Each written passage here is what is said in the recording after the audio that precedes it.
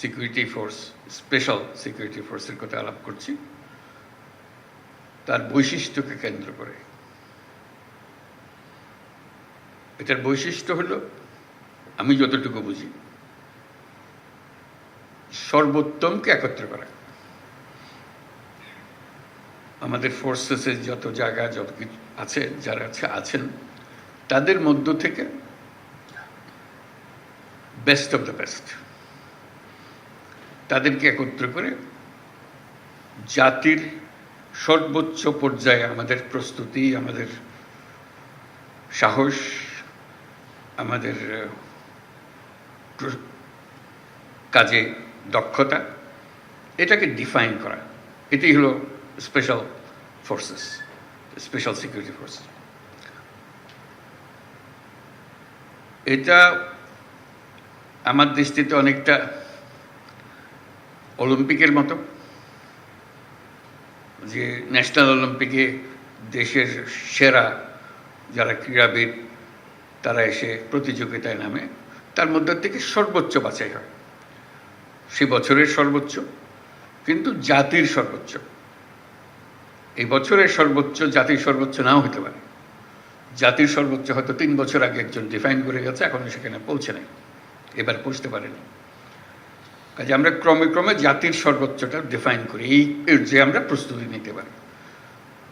সেটা শারীরিক, সেটা মানসিক, এই ক্ষেত্রে শারীরিক, মানসিক এবং প্রযুক্তিগত আমাদের বেস্ট কি, আমাদের সর্বোচ্চ কোথায়, সেটাকে ডিফাইন করে। কাজেই এইরকম একটা ফোর্স, তার প্রতিষ্ঠা বার্ষিকী আমাদের জন্য এটা মস্ত বড় আনন্দের দিন, উৎসাহের দিন, উৎসবের দিন। এটা শুধু নিজের দেশে, যে বললাম একটা ন্যাশনাল অলিম্পিক, কিন্তু একটা গ্লোবাল অলিম্পিকও আছে, ওটাও মনে রাখতে হবে। আমাদের নিজেদের জাতীয় সর্বোচ্চতে সন্তুষ্ট থাকলে হবে না, সেই জাতীয় সর্বোচ্চ বিশ্ব সর্বোচ্চের মধ্যে কোথায় আছে।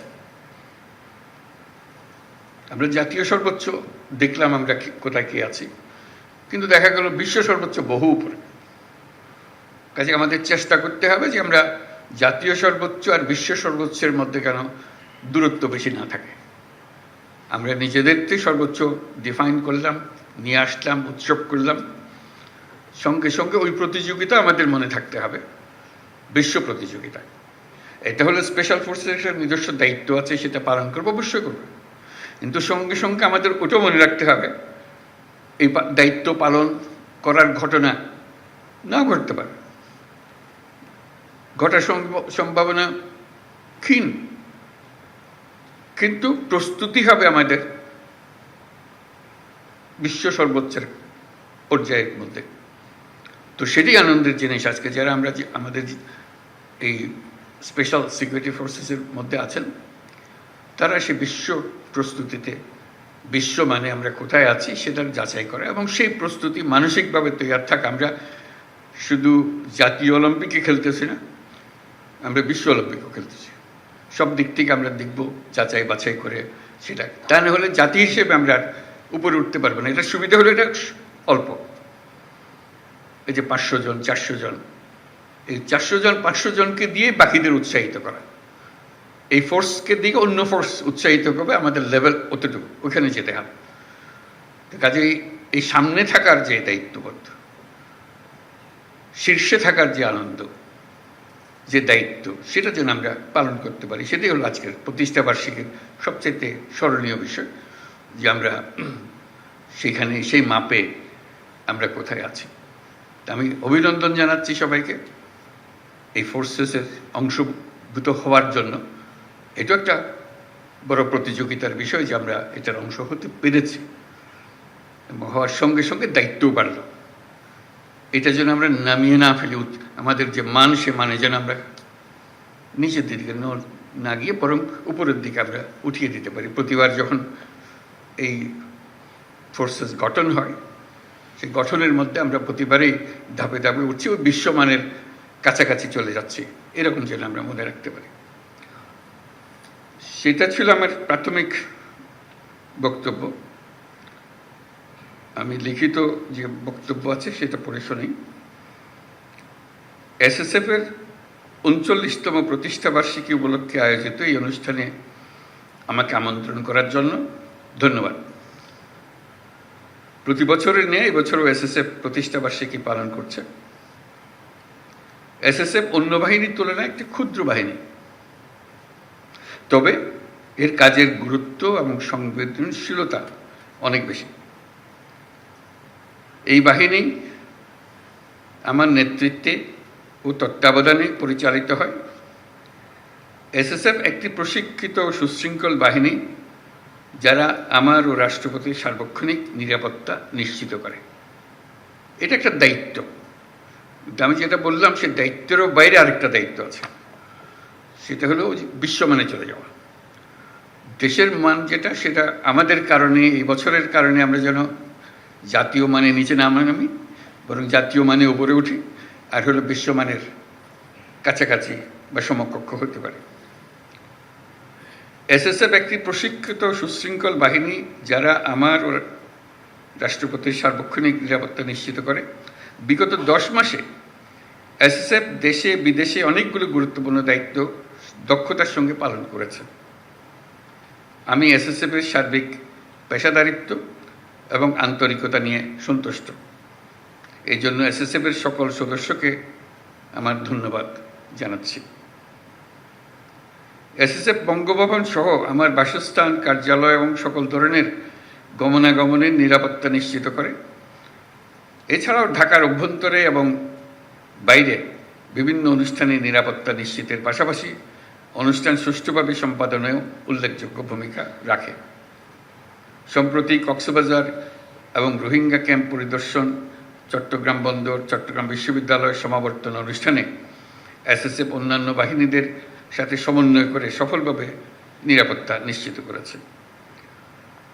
শুধু দেশের অভ্যন্তরেই নয়, দেশের বাইরেও আমাদের রাষ্ট্রীয় সফরগুলোতে এসএসএফ বিভিন্ন দূতাবাস এবং সংশ্লিষ্ট দেশের প্রটোকল ও নিরাপত্তা বাহিনীর সাথে একযোগে কাজ করে সফরসমূহ সাফল্যমণ্ডিত করেছে।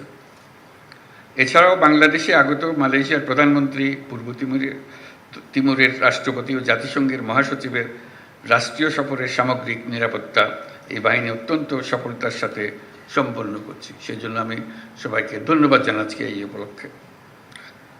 বর্তমান বিশ্বে আধুনিক প্রযুক্তি ও তথ্য আদান প্রদান খুব সহজ হবার কারণে নিরাপত্তা হুমকির ধরন ও প্রকৃতি দ্রুত পরিবর্তনশীল।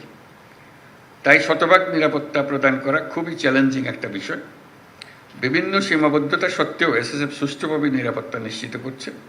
আমি আশা করি এসএসএফ নিয়মিত বিভিন্ন ধরনের নিরাপত্তা হুমকি পর্যালোচনা করবে এবং সেগুলি মোকাবেলা করার জন্য যাবতীয় প্রস্তুতি গ্রহণ করবে।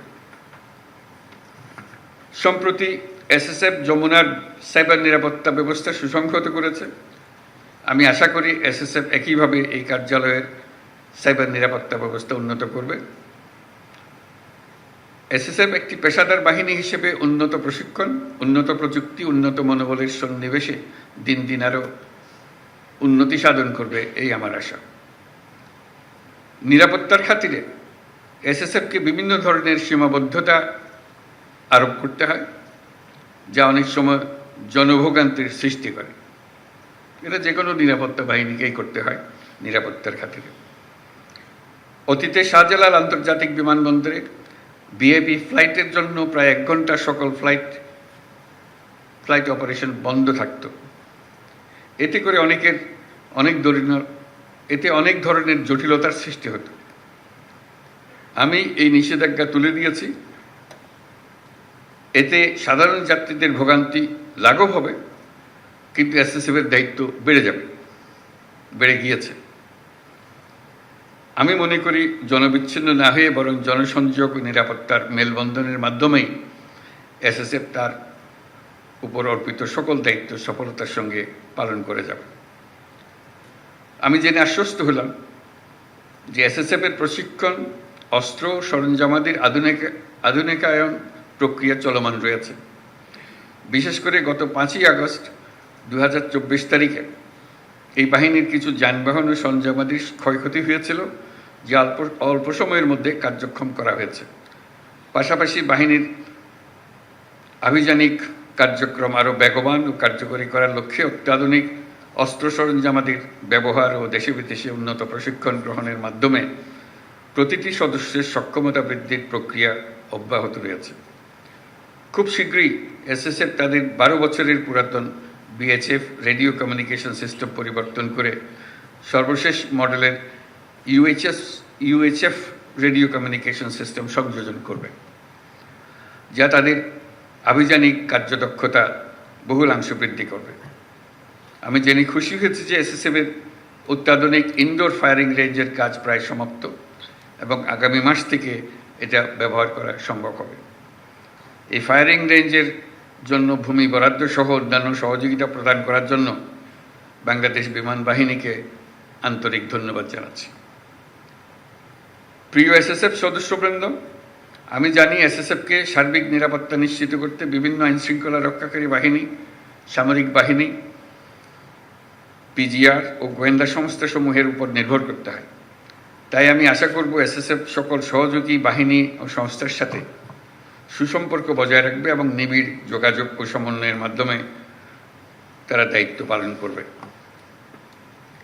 এসএসএফকে একটি অত্যাধুনিক এবং পেশাদার বাহিনী হিসেবে গড়ে তোলার লক্ষ্যে সেনা, নৌ, বিমান, পুলিশ ও আনসার বাহিনী হতে চৌকস অফিসার নির্বাচন ও প্রেরণ করায় আমি সকল বাহিনী প্রধানদের প্রতি গভীর কৃতজ্ঞতা প্রকাশ করছি। বিশেষ করে এসএসএফকে বিভিন্ন ধরনের প্রশিক্ষণ সহায়তা প্রদান করার জন্য বাংলাদেশ সেনাবাহিনীকে আমার ধন্যবাদ জ্ঞাপন করছি।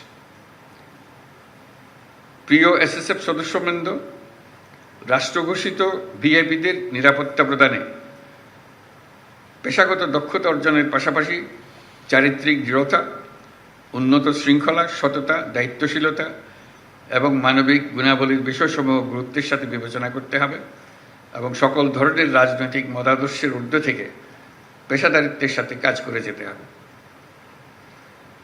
পরিশেষে আমি এসএসএফের মহাপরিচালক ও সকল সদস্যদের এই অনুষ্ঠান আয়োজনের জন্য আন্তরিক ধন্যবাদ জানাই। আমি বিশ্বাস করি সুযোগ্য নেতৃত্ব এবং সঠিক দিক নির্দেশনা এবং এই বাহিনীর প্রত্যেক সদস্যের পেশাদারিত্ব ও আন্তরিকতার মাধ্যমে এসএসএফের উত্তরোত্তর উন্নতি অব্যাহত থাকবে। আপনাদের ও আপনাদের পরিবারের সকলের সুস্বাস্থ্য এবং কল্যাণময় জীবন কামনা করে আমি আমার বক্তব্য শেষ করছি। সকলকে অশেষ ধন্যবাদ। আল্লাহ হাফেজ।